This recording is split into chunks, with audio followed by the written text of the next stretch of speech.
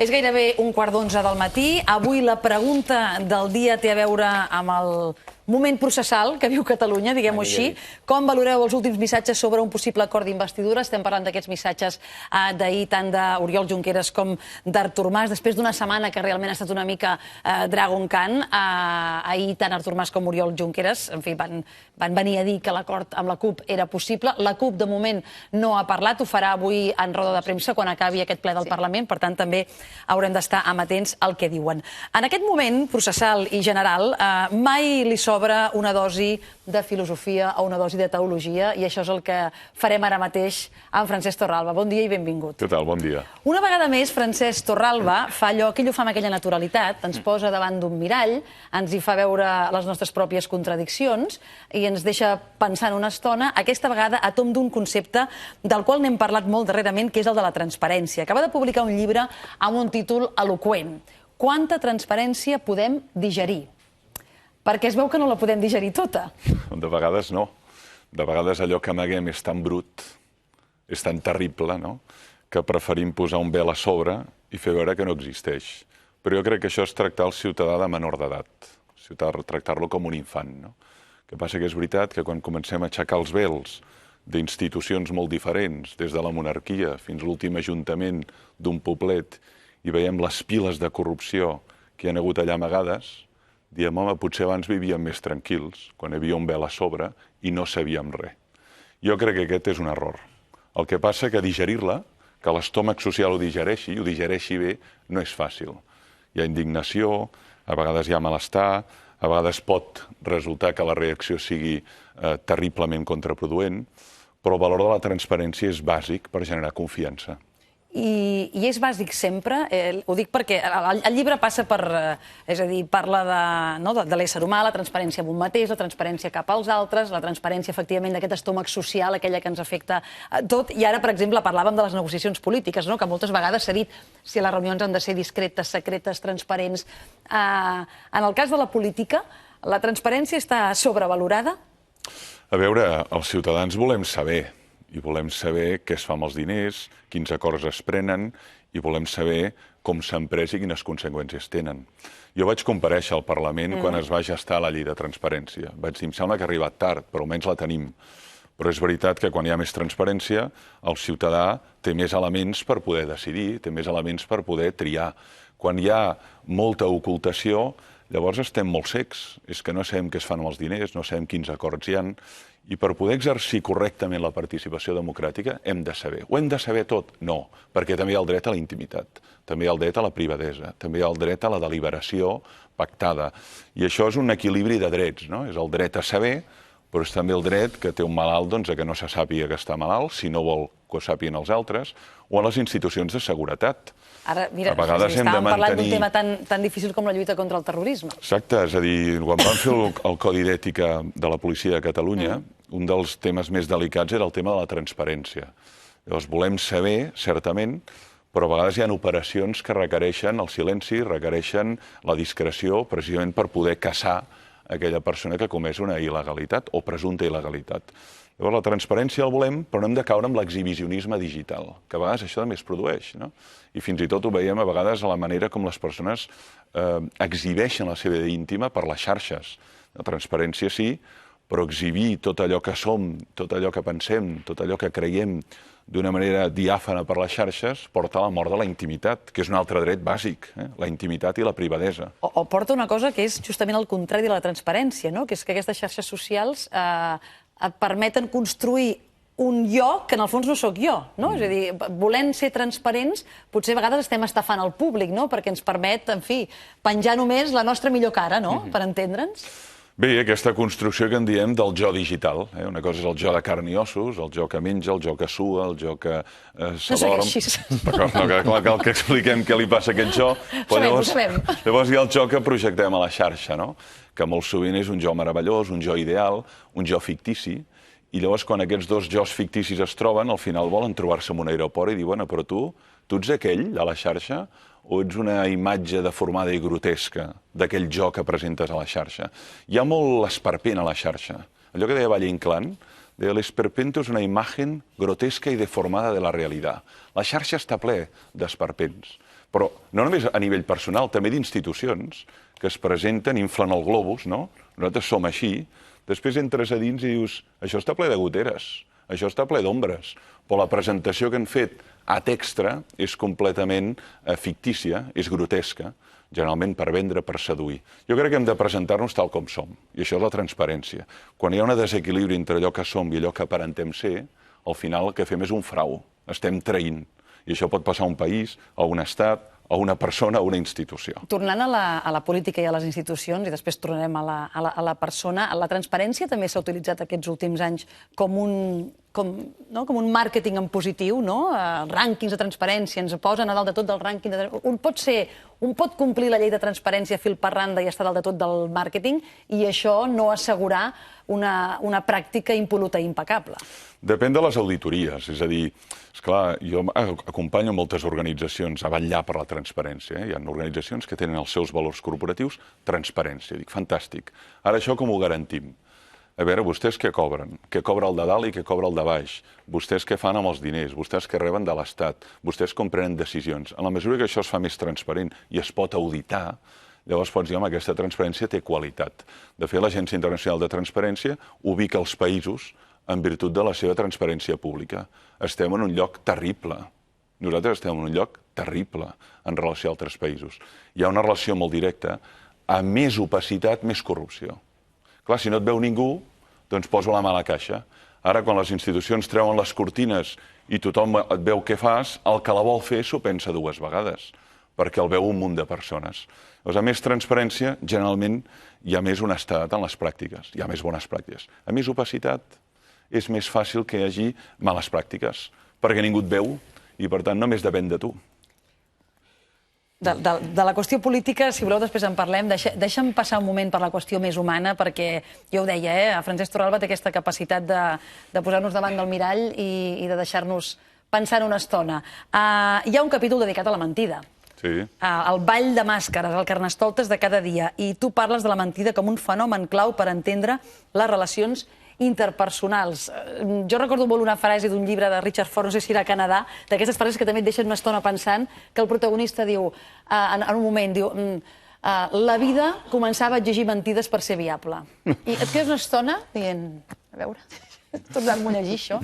Hi ha mentides per por, es menteix molt a l'empresa, tens por que et treguin, tens por que et fumin fora, a la vida política es menteix molt. Hi ha una mentida que té el fonament en la por, que és una passió terrible, avui la veiem per tot arreu, Bauman parla de la por líquida, està circulant per tots els carrers i a les places. Hi ha una mentida per pietat, no vols ferir l'altre. És el que en diem la mentida piadosa, no? A vegades la practiquem amb els fills, a vegades la practiquem amb un alumne, progressa adequadament, i dius, mare de Déu, quin examen, progressa adequadament. I la mentida piadosa la practiquem molt habitualment, que és per evitar fer mal. Les dues, èticament, no són acceptables. El que passa que una la tolerem més perquè entenem que no podem fer mal a l'altre, no? I llavors el mentim. Que no em moriré, doctor? Bueno, a aquest senyor li queden 6 mesos de vida. Vostè respondre la veritat. Ara ho ha de dir de manera que ho pugui suportar. Això en ètica parlem mentida piadosa no, però veritat suportable sí. Com es diu, qui la diu, quan la diu, si l'altre la pot digerir. Però la mentida està extraordinàriament institucionalitzada, però en els àmbits més quotidians, no? Aguanta famílies, institucions... Aguanta famílies, aguanta institucions, aguanta relacions, i què t'agrada aquest sopar? I no te'l pots menjar de salat, diu, és fantàstic, he estat 2 hores treballant, què diràs?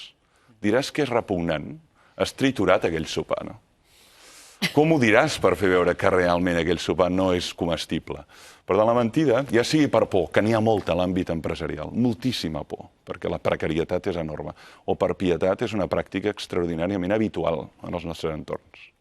I l'anonimat mou la mentida, no? Exactament. Perquè jo, des de que hi ha internet, sostinc que la part de dins dels lavabos públics està neta, de la porta. Aquella porta, no? Aquella porta abans, perquè tots aquests missatges que normalment són o sexuals o polítics, tal, anònims, ara volten per internet. Jo me'n recordo quan la primera vegada que vaig manegar un ordinador d'aquests en xarxa, que era la delegació de TV3 de Madrid als finals dels anys 90, ens van posar tots allà, i al cap de la primera idea que se'm va acudir, quan vaig veure un fòrum, que era un fòrum de gent i tal, llavors eren molt rudimentaris, però hi havia molta gent. La primera idea que se'm va acudir és dir, soy brasileña, tengo 18 años, estoy en Madrid sola, pero si me voy a enseñar la ciudad, porque claro, como soy mulata, igual no... Bueno, no! I el primer que se'm va acudir ja era suplantar la meva pròpia personalitat, no? Perquè la xarxa, l'anonimat, facilita la transgressió. Clar. Això, diguem-ne, això és de manual, no? És a dir, si ningú et veu, és més fàcil tirar la pedra, fer un estirabot o insultar un articulista. Que això també passa, no? Un articulista fa el diari i llavors van signant un munt d'anònims que es posen amb la integritat física d'aquella persona, amb el seu nas, amb la seva família, i escolti, això no és acceptable. Però, clar, quan hi ha anonimat és fàcil la transgressió. I apareix la bèstia. Freud diria que apareix el més tanàtic i el més eròtic, no? Quan hi ha anonimat.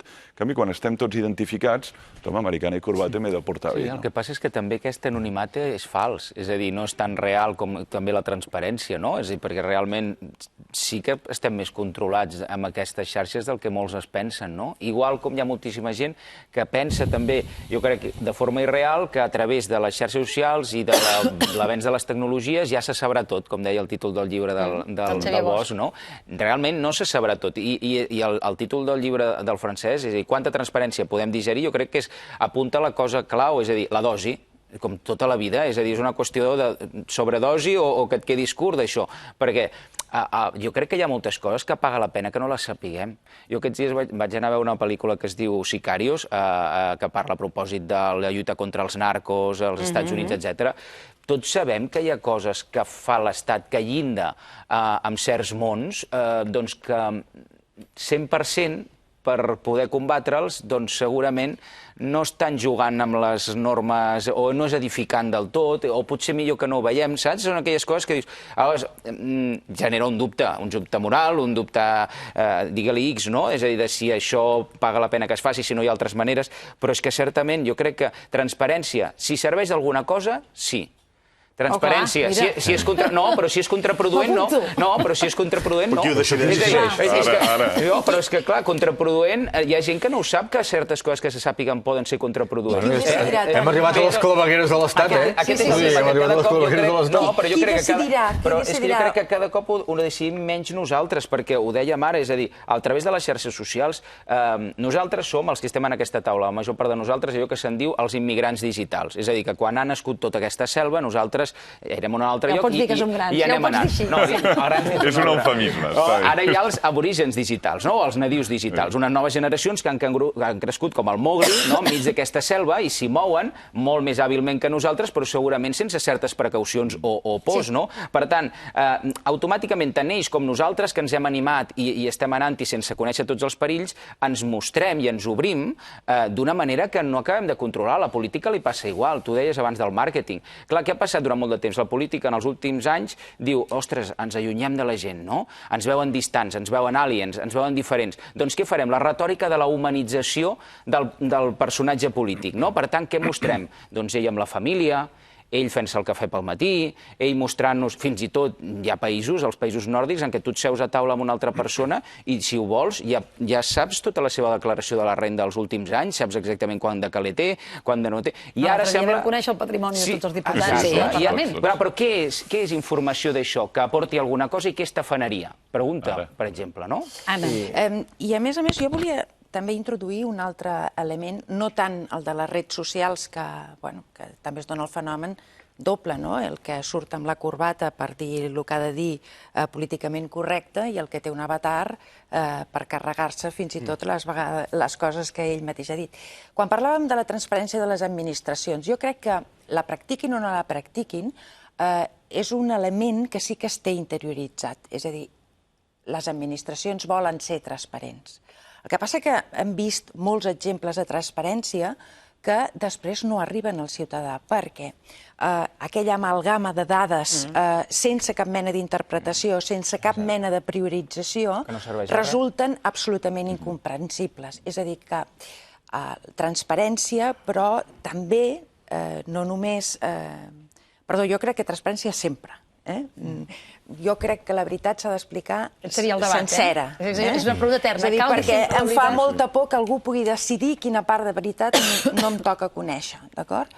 Però que aquesta transparència sigui ordenada, accessible, i comprensible per la gent a la que va dirigida, perquè si no tampoc no té massa sentit. Home, és que si no es pot entendre és que no és transparent, no? No, clar, a veure, quan parlem de transparència, per exemple, ho exigim a un metge, no? Dir, escolti, vostè ha de comunicar de manera adequada i correcta el que té el pacient. No li faci una classe d'anatomia. Aquest senyor té un nivell de coneixements, però aquest senyor vol saber què li passa. I, per tant, vostè ha de comunicar de manera transparent, és a dir, adequada i correcta per ell. Si no, es queda igual. I llavors no pot prendre decisions. Quan diem que s'ha de respectar l'autonomia de les persones, l'autonomia requereix informació.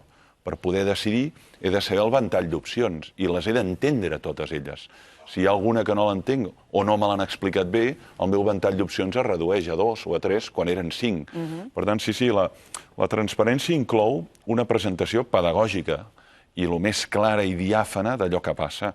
Però jo soc partidari de la transparència. El que passa que també és veritat, i algun filòsof com Montaigne ho diu, que si ho sabéssim tot, el que els altres a cada moment pensen i senten respecte a nosaltres, potser no podríem viure. Per tant, aquest vel també ens permet viure. Ara, llavors, sí que a vegades estripem el vel amb un confident, no? O sigui, es produeixen el que en dic elipsis, no? Hi ha un jo i un tu que revelen secrets i es produeix allà un flux de comunicació. Bé, fantàstic, però el confident l'esculls tu. El que no pots entrar és en aquesta elipsi sense permís, no? A vegades es pot produir una elipsi entre mare i filla que van parlant, el pare queda al marge, bueno, no passa res, t'estimen igual, però quedes al marge. Hi ha un flux de comunicació entre ambdues. El que no pots és posar allà el nas sense el seu permís. Per tant, jo crec que sí que necessitem revelar el més íntim, però hem de triar molt aquí i que sigui algú digne de confiança. El que deia bé el Toni Aires, que clar, la xarxa és un lloc molt d'exhibicionisme de la intimitat, especialment els nadius digitals, i ens quedem sorpresos en veure com el seu sentit de la privadesa és molt diferent del nostre. Dius, home, jo això és que no ho diria ni a cau d'orella, allò que diem en català, ni xiu-xiuejant, no? El més íntim amic. I ho està revelant públicament les seves relacions sexuals agudes i per haver tot el dissabte a la nit. Per l'amor de Déu, quedem esglaiats, no?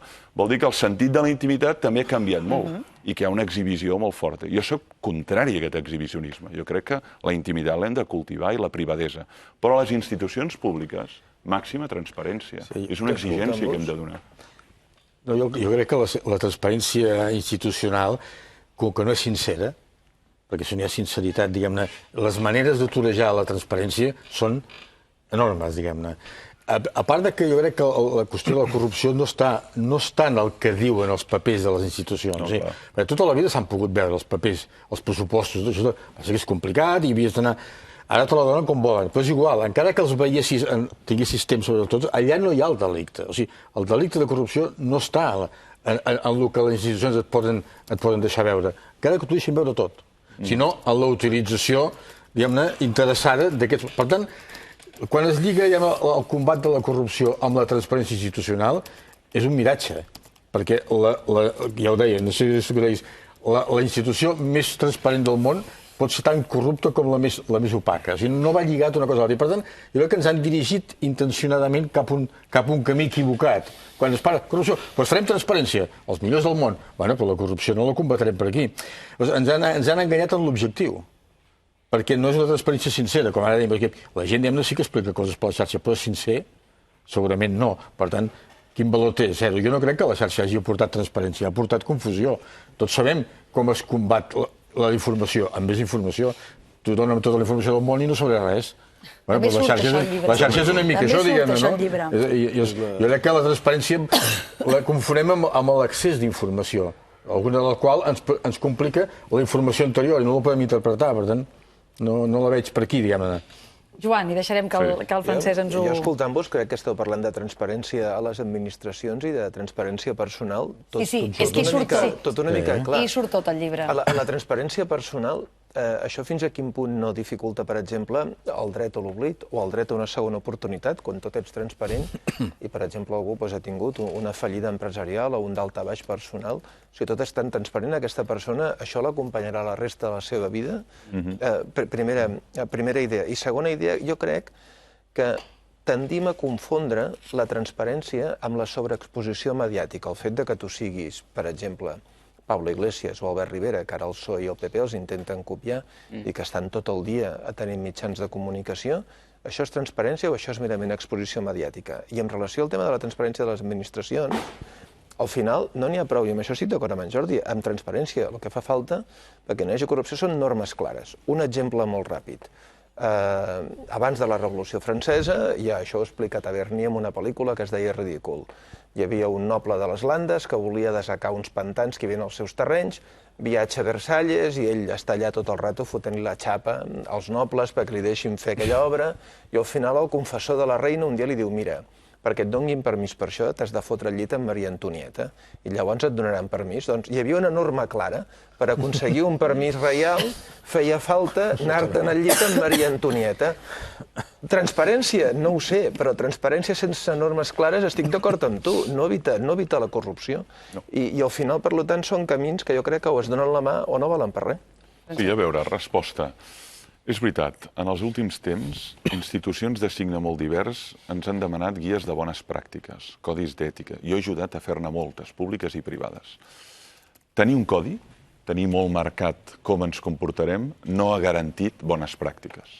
Perquè cal un segon pas, que és el que fan altres llocs del món, que és les auditories ètiques. Que es pot auditar econòmicament una empresa? I de fet es fa. Dir, miri, vostè té números vermells, vigili'm això. Doncs anem a auditar si vostè, això que diu que fa aquí, la seva visió, missió i valors, realment ho fa. Poso un exemple. Vostès diuen que atenen a la diversitat funcional en la seva organització. Bé, anem a veure quantes persones en diversitat funcional estan treballant aquí. Vostès diuen que tenen sensibilitat mediambiental. Anem a veure com es tradueix aquesta sensibilitat mediambiental. Vostès diuen que tenen una política d'equitat de gènere. Anem a veure les cúpules d'aquelles organitzacions, quantes dones hi ha, i anem a veure a la base quants soldats n'hi ha. Perquè si no s'audita, al final acaba transformant-se l'ètica en cosmètica.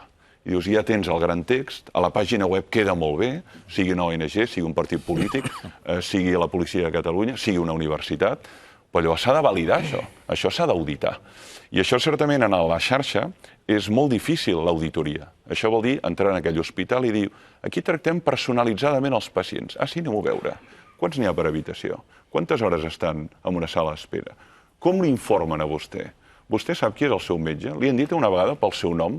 O vostè és el ronyó de la 341? Tot això, al final, són formes d'auditar si la personalització de l'assistència es produeix o no. I si l'auditoria és sincera, perquè d'auditories que també maquillen, també tenim un historial, eh? Bueno, i gent n'està plena.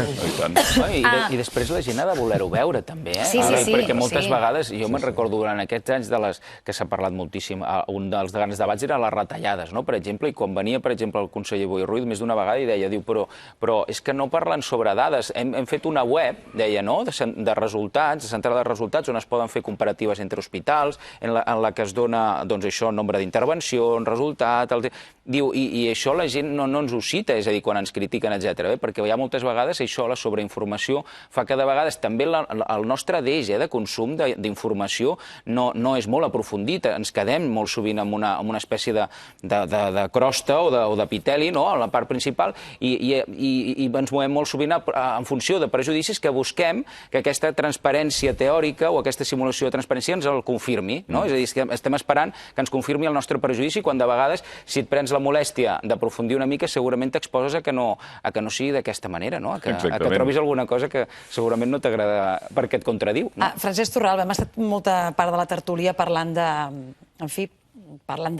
tot el que s'ha derivat dels atemptats de París. Ho dic perquè la filosofia sovint també és un bon refugi en moments com aquest. És inevitable la por global. Ho dic perquè des de divendres estem veient que una motxilla abandonada en qualsevol lloc crea situacions de pànic. Ara estava buscant perquè Manel Valls, que ha estat parlant davant de l'Assemblea, ha dit, el primer ministre Manel Valls ha advertit avui del risc d'armes químiques i bacteriològiques en futurs atacs terroristes. No sé si està sent transparent, segurament, no? És una informació que té, però deixar anar aquesta informació sense res més doncs pot provocar una reacció, en fi, en el menor dels casos, de preocupació màxima. Sí, a veure, jo crec que l'escenari de por és un escenari que emergeix després de l'11 de setembre del 2001, sobretot, no? Un munt d'autors parlen de por líquida, de por difosa, de por, diguem-ne, que es va transmetent per tot arreu, no? De fet, l'experiència que tenim avui és la de la vulnerabilitat. Tots podíem, ja no sé aquí, si haguéssim trobat la mort a París aquest cap de setmana. Tant aquesta experiència de vulnerabilitat que genera desassossec, angoixa i automàticament és l'argument per limitar llibertats i per limitar el dret a la intimitat. Llavors, quan hi ha aquest caldo de por, doncs som partidaris fins i tot de retrocedir en llibertats que han costat sang, suor i llàgrimes per mantenir la població dins d'una gàbia de ferro on suposadament estarem més segurs. Llavors tenim un enemic que és molt difícil de combatre i de la forma tradicional com s'han combatut les guerres no ens en sortirem. La manera com es va reaccionar després de l'11 de setembre del 2001 no va resoldre la qüestió, sinó que va magnificar, va cronificar el problema i, de fet, no s'ha resolt. Per tant, aquí ens trobem amb un enemic que és molt difícil de combatre. Jo recordo aquell text de Popper, La societat oberta i els seus enemics. Tenim enemics endògens dins de la societat oberta i enemics exògens, i la societat oberta ha de trobar mecanismes de defensa. Defensa la seva llibertat, de defensa la seva igualtat, de defensa la seva fraternitat. Això és molt complex. Ara, jo crec que aquesta acció-reacció i aquest treure pit i aquest ens han fet això, allò de la llei del talió, això ha donat molt pocs resultats. Sí, però així roda el món des de fa un munt d'anys. Sí, però així ens va. Així de malament ens va, no? I llavors hem de pensar molt a fons quina és la genealogia d'un fanàtic, és a dir, com es construeix un fanàtic. Si un individu disposat a posar-se una motxilla plena d'explosius, entrar en un mercat, entrar en un teatre, entrar en un tren, entrar al metro, aquest individu com s'ha construït? D'on ha sortit aquest individu? Quin tipus d'adoctrinament, quin tipus d'entorn social, econòmic, quin tipus d'ideologia li han anat inoculant en el seu disc dur, que al final és una arma destructiva, allà on vagi està disposat a matar i a morir per un determinat ideal. Jo crec que aquesta genealogia del fanàtic l'hem de pensar molt a fons, perquè són els individus que ens tenen espantats a l'hora d'anar a un camp de futbol, a l'hora d'anar al liceu, a l'hora d'anar a buscar el metro o a l'hora d'anar a buscar un tren per anar d'aquí a Montgat. I viure així és terrible. Jo no estic disposat a viure així, ni vull que els meus fills visquin així, no? Però llavors hem de trobar els mecanismes per defensar-se o defensar-nos dels enemics de la societat oberta. Francesc Torralba, gràcies per tornar als matins. La proposta és aquesta, quanta transparència podem digerir. Hi ha moltes preguntes que miren... Francesc Torralba ha mirat de donar-hi resposta. Mai són respostes definitives, perquè l'important són les preguntes, i les respostes mirem d'aproximar-nos-hi. I com que em sembla que d'aquí 18 minuts té classe, si vols et fem un paper pels alumnes per si arribes tard. Els alumnes sempre estan contents quan arribes una mica tard. El Toni Aire, que és professor, potser n'hi ha alguna més aquí, sempre estan contents, però nosaltres hem de ser-hi. Jo és que els apreto molt amb la puntualitat i després he de complir amb l'exemple. Exacte. Gràcies, Francesc Torralba, per tornar. Nosaltres